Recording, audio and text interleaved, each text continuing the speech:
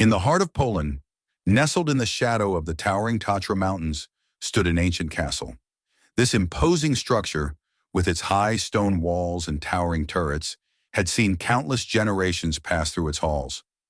Now it served as the prestigious St. Oswald's Academy, an elite private school known for nurturing the best and brightest minds from across Europe. The castle's transformation into an academic institution had done little to erase its eerie atmosphere.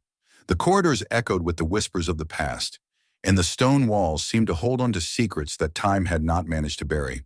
The students, despite their privileged backgrounds, could not help but feel a shiver run down their spines as they walked through the dimly lit hallways. Among the new arrivals at St. Oswald's this year was a young girl named Clara. She was brilliant, with a mind that seemed to absorb knowledge like a sponge. But Clara was also reclusive, preferring the company of books to people. Her past was a mystery, even to her closest acquaintances, and she carried with her an air of quiet sadness that made her seem older than her years. Clara's arrival was marked by a sense of curiosity among the students. Whispers followed her as she moved through the grand entrance hall, her eyes wide with wonder and perhaps a hint of apprehension. She had been accepted into St. Oswald's on a full scholarship, a fact that set her apart from many of her wealthy peers. Yet it was not just her financial background that made her different. There was something about her presence that seemed out of place, as if she belonged to another time. Her first night at the academy was spent in the library, a vast room filled with ancient tomes and modern textbooks. Clara found solace among the rows of books, the smell of old paper and leather binding calming her nerves. She selected a volume on the history of the castle, her fingers tracing the intricate designs on the cover. As she read, she felt a connection to the past, as if the walls themselves were sharing their secrets with her. Meanwhile, the headmaster of St. Oswald's, Dr. Sebastian Adler, was in his office, reviewing the files of the new students. Dr. Adler was a stern man in his late 50s, with a reputation for being both fair and strict. His gray hair was neatly combed, and his piercing blue eyes scrutinized each file with meticulous care. When he came to Clara's file, he paused, his brow furrowing in thought. "Clara Weiss," he murmured to himself, reading her background. Exceptional academic record, but little information about her family. A scholarship student, but highly recommended by her previous teachers. Dr. Adler closed the file and leaned back in his chair, pondering the enigma that was Clara. He had seen many students come and go, but something about her stood out. He made a mental note to keep an eye on her, not out of suspicion, but out of a sense of curiosity and perhaps a touch of concern. As autumn settled over the mountains, the weather grew increasingly unpredictable. The first storm of the season hit the academy with a ferocity that left the students and staff huddled inside, listening to the wind howl outside the thick stone walls. It was on such a night that the first murder occurred. The victim was a young boy named Tomasz, a popular student known for his charm and wit. He was found in one of the castle's many hidden alcoves, his body cold and lifeless. Carved into his flesh was a peculiar symbol, a mark that no one could identify. The discovery sent shockwaves through the school, and fear settled over the academy like a thick fog. Tomasz's death was a blow to the student body. He had been well-liked, his laughter and charisma lighting up the dullest of days. The news of his murder spread quickly, and the once vibrant halls of St. Oswald's were now filled with whispers and speculation. The symbol carved into his flesh became the focal point of every conversation, with students and teachers alike trying to decipher its meaning. The police were called in, and the castle was placed on lockdown. Detective Janusz Kowalski, a seasoned investigator with a reputation for solving the most perplexing cases, took charge of the investigation. He was a tall man with a stoic demeanor, his sharp eyes missing nothing. As he examined the crime scene, he couldn't shake the feeling that this was no ordinary murder. "The symbol," he said to his colleague, Officer Marta Zielinski. "I've seen it before, but I can't quite place it. It feels ritualistic, almost ancient." Marta nodded, her face pale with worry. "Do you think it has something to do with the castle's history? There are so many legends and stories about this place." "It's possible," Janusz replied, his mind racing with possibilities. "We need to dig deeper into the castle's past. There might be clues hidden in the history that could help us understand this. As the investigation continued, the students were left to grapple with their fear and uncertainty. Clara, who had been quietly observing the unfolding events, felt a sense of unease that she couldn't quite explain. She had always been sensitive to the emotions of those around her, and the atmosphere at St. Oswald's was now thick with dread. One evening, as she sat in the library, she noticed a boy around her age staring at her from across the room. He had a thoughtful expression on his face, his eyes intense and curious. Clara recognized him as Lukas, a fellow scholarship student known for his intelligence and resourcefulness. Lukas approached her, his footsteps echoing in the quiet library. "You're Clara, right?" he asked, his voice gentle but probing. Clara nodded, her eyes meeting his. "Yes, and you're Lukas. I've heard about you." Lukas smiled, a hint of admiration in his eyes. "I've heard about you too. I couldn't help but notice that you seem different from the others, more observant, perhaps." Clara felt a flicker of hope. Maybe she had found someone who understood her. "I've been watching what's happening," she admitted. "The murder, the symbol, it's all connected to the castle's history. I can feel it."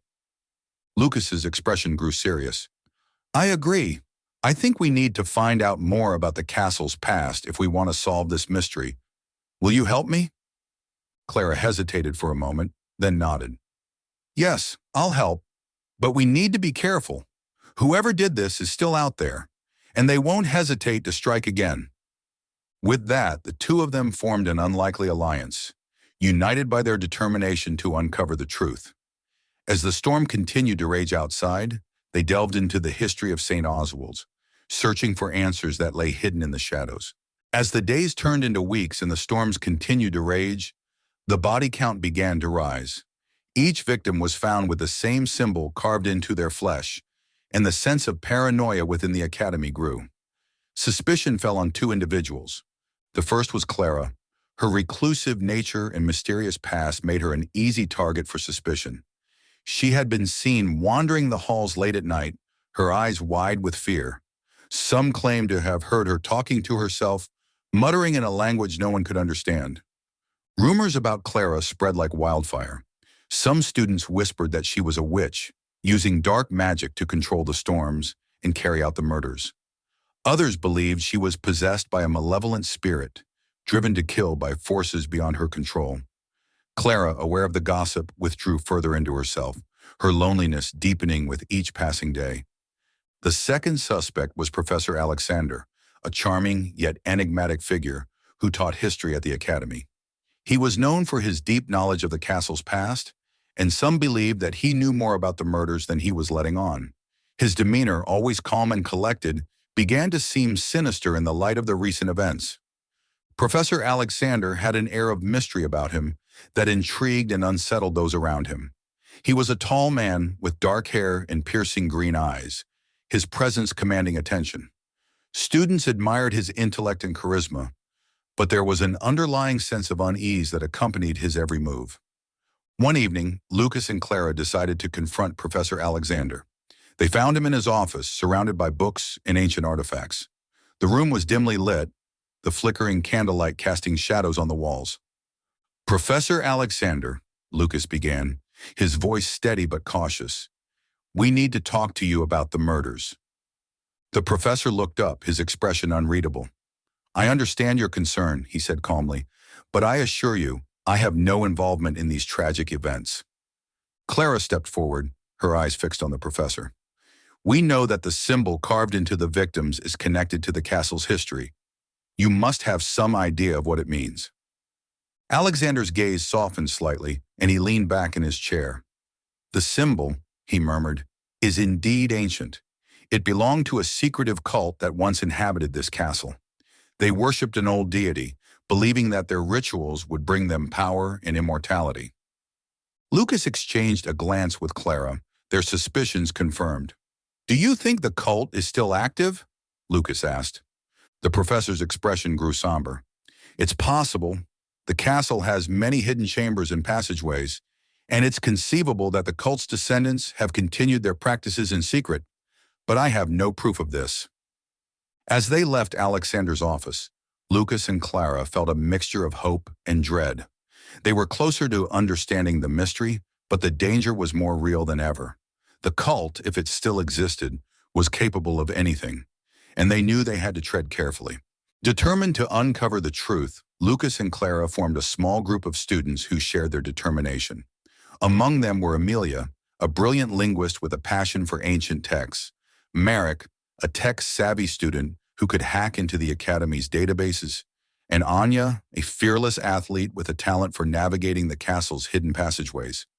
Together, they delved into the history of the castle, searching for any clues that might explain the murders. They pored over old texts and maps, piecing together a history that was darker than they had ever imagined. They discovered that the castle had once been the site of a series of ritualistic killings carried out by a secretive cult that worshipped an ancient deity.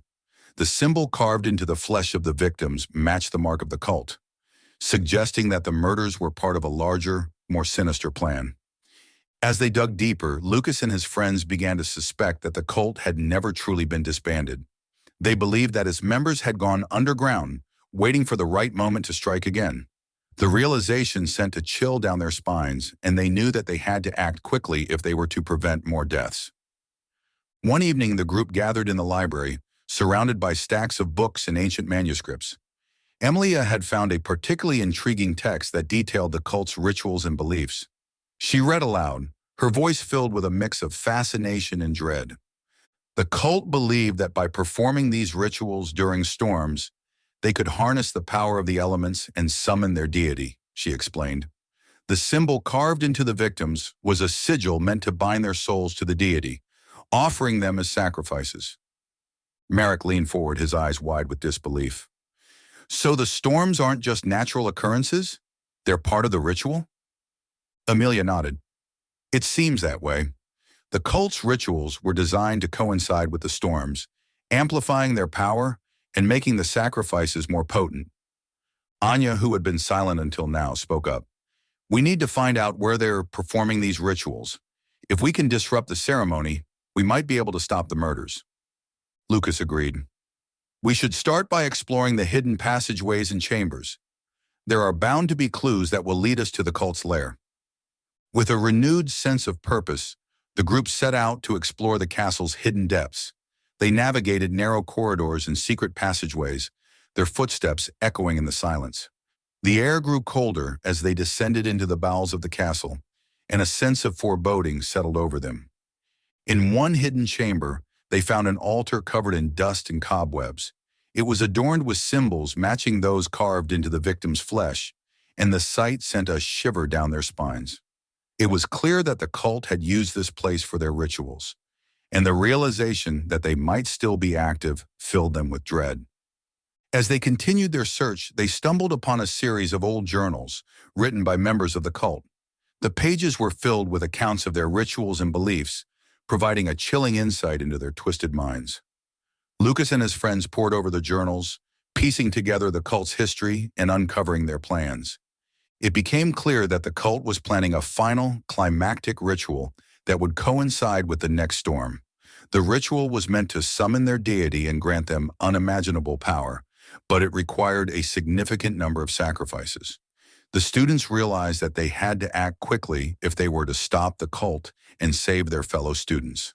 The storms continued to batter the castle, and with each new tempest came another murder.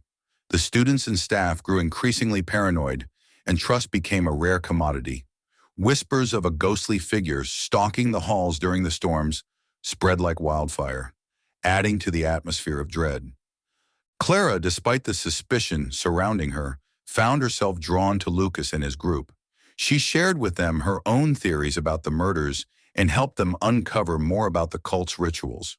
Her knowledge of ancient languages proved invaluable, and she quickly became an essential part of their investigation.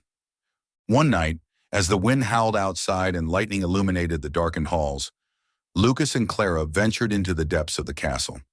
They had discovered a hidden passageway that led to a long-forgotten chamber, where they believed the cult had once performed their rituals. The air was thick with dust, and the silence was oppressive. As they explored the chamber, they found evidence that suggested the cult was indeed still active.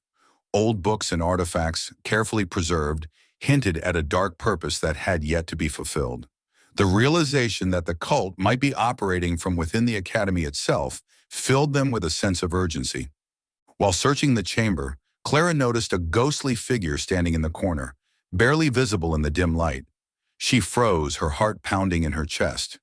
The figure seemed to be watching them, its eyes glowing with an otherworldly light.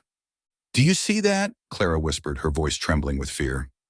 Lukas turned to look, his eyes widening in shock. "Yes, I see it. What is it?" The figure began to move, gliding silently towards them. Clara and Lukas backed away, their fear mounting with each step. The figure stopped just a few feet away, its form becoming more distinct. It was a woman dressed in a tattered gown, her face pale and haunting. "Who are you?" Lukas asked, his voice barely audible. The ghostly figure did not respond, but its eyes seemed to convey a sense of sorrow and desperation. Clara felt a chill run down her spine as she realized that the figure was trying to communicate with them. "She wants to tell us something," Clara said, her voice filled with a mix of fear and determination. "We need to listen." The figure raised a hand, pointing towards a hidden alcove in the chamber. Clara and Lukas followed the gesture, discovering a small, ornate box hidden behind a loose stone. Inside the box, they found a collection of letters and documents, written in a language that Clara recognized as an ancient dialect. As they read the letters, they discovered that the ghostly figure was the spirit of a woman named Eliza, who had been a member of the cult.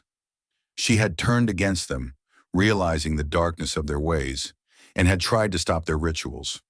In retaliation, the cult had killed her and bound her spirit to the castle, condemning her to an eternity of sorrow. Eliza's letters detailed the cult's plans and provided valuable information about their rituals and beliefs. Clara and Lukas realized that she was trying to help them, to atone for her past involvement with the cult. They vowed to honor her memory by putting an end to the cult's activities and freeing her spirit. With Eliza's guidance, they uncovered a hidden passage that led to the cult's current lair. The passage was dark and narrow, the air filled with a sense of foreboding. Clara and Lukas steeled themselves for the confrontation that awaited them, determined to stop the cult and save their fellow students.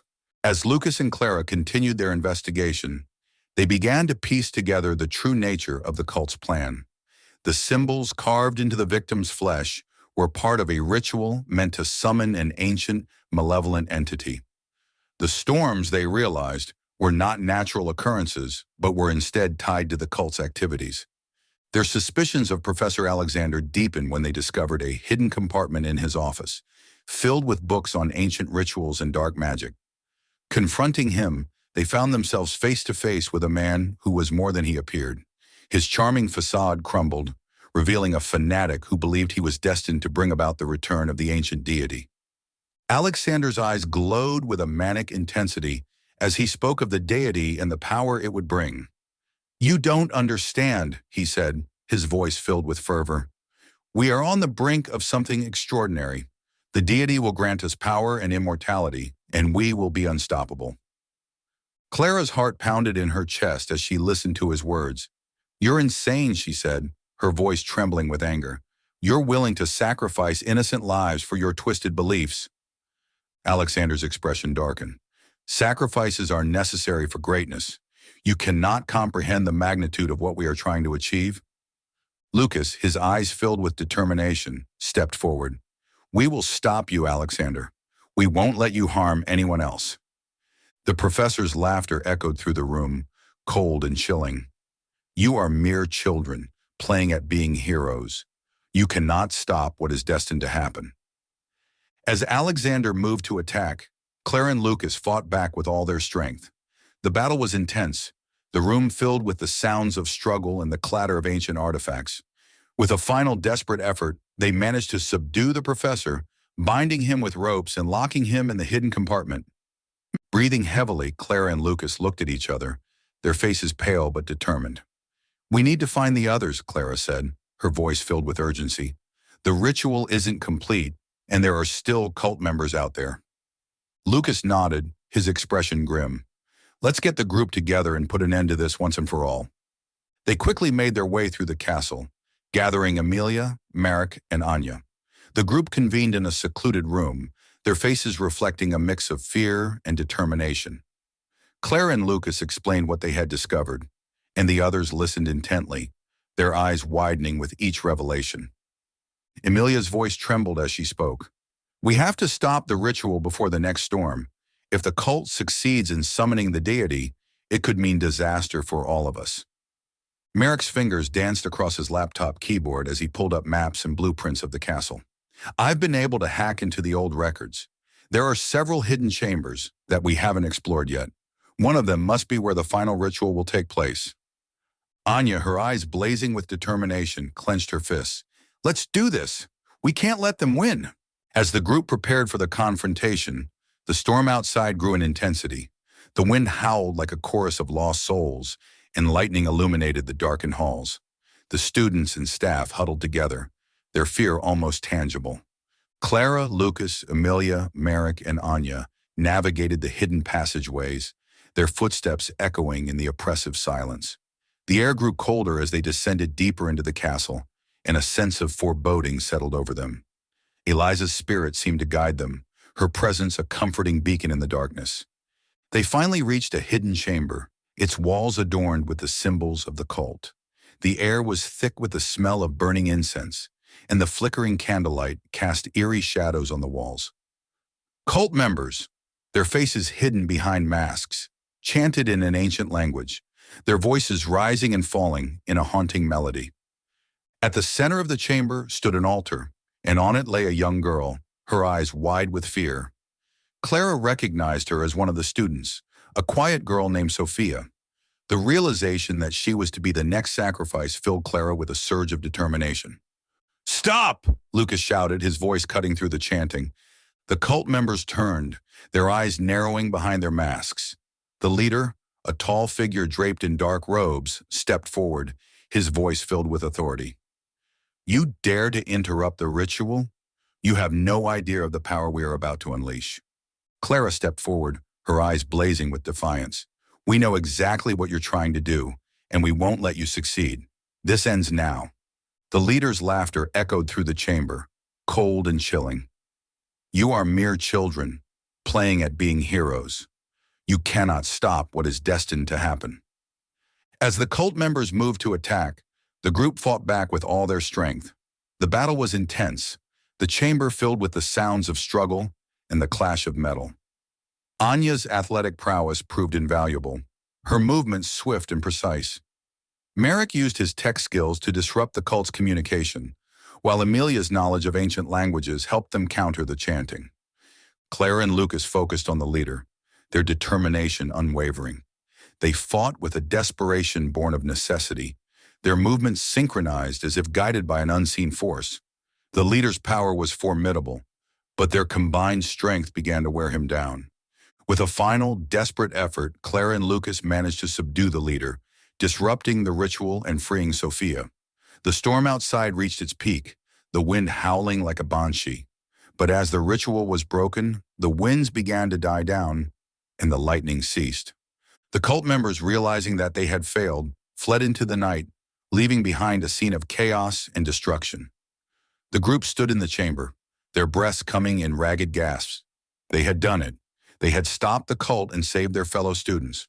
In the days that followed, the academy began to recover from the horrors it had endured. The murders had stopped, and the fear that had gripped the castle slowly began to dissipate. The students and staff, though shaken, found solace in the fact that the cult had been defeated. Clara, her mission complete, prepared to leave St. Oswald's. She had grown close to Lukas and his friends, and the thought of leaving them behind was bittersweet. But she knew that her work was not yet done, and there were other places that needed her help. Lukas watched as she packed her belongings, his heart heavy with a sense of loss. "Will you ever come back?" he asked, his voice filled with a mixture of hope and sadness. Clara smiled, her eyes shining with unshed tears. "Maybe one day, but for now, there are others who need me. I can't stay in one place for too long." Lukas nodded, understanding her need to move on. "Thank you, Clara, for everything. We couldn't have done it without you." Clara's smile widened, and she hugged him tightly. "Take care of yourself, Lukas. and take care of the others. You're stronger than you know." With that, Clara left St. Oswald's, her figure disappearing into the mist that still clung to the mountains. Lukas knew that he would never forget the girl who had come into their lives like a whirlwind, changing everything she touched. And as he turned back to the castle, he felt a sense of hope that had been missing for far too long. The ancient walls of St. Oswald's Academy still held their secrets, but the shadows that had once seemed so menacing now felt less oppressive. The castle, with its long history of darkness, had seen a glimmer of light, and for the first time in many years, the future seemed bright. Years passed, and the story of the murders at St. Oswald's Academy became the stuff of legend. The students who had lived through those dark days grew up and moved on, but the memories of that time stayed with them. They spoke of Clara and Lukas, of the storms and the cult, and of the courage it had taken to face the unknown. The academy itself changed as well. The dark history that had once defined it became a reminder of the strength and resilience of those who had called it home. The castle, with its stone walls and towering turrets, stood as a testament to the fact that even in the darkest of times, there is always hope. And somewhere, in the shadow of the Polish mountains, the wind still howled, carrying with it the whispers of a story that would never be forgotten. Thank you for listening. We hope you've enjoyed the story. Don't forget to like, subscribe, and hit that bell button, and we'll notify you when the next story comes out.